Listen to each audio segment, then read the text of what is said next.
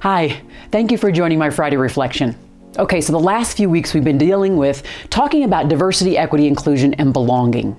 And the first week we talked about understanding your why for embarking on this journey of trying to create a more inclusive culture.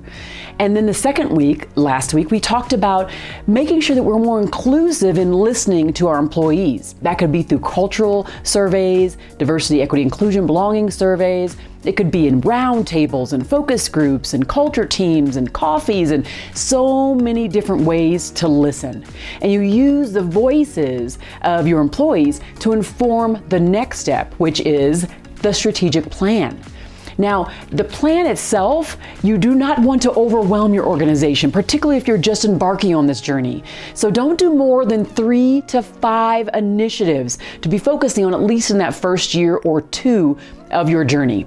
And so that would look like, again, you would have the things you're focusing on, some objectives or goals, some very specific measurements, because what you don't want to do, this would be the biggest mistake, is you wouldn't want to make sure that you tie your diversity and inclusion goals with the organization's strategic initiatives.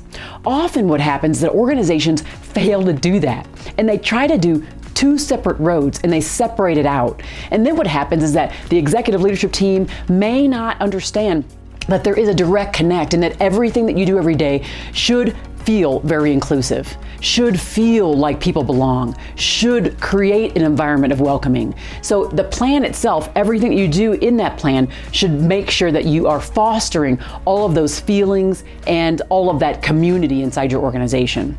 So again, the first week was on your why, the second week was on listening and using those insights to inform the plan, and this week really is about focusing on that plan and making sure that you don't overwhelm your organization and your leaders with too many initiatives.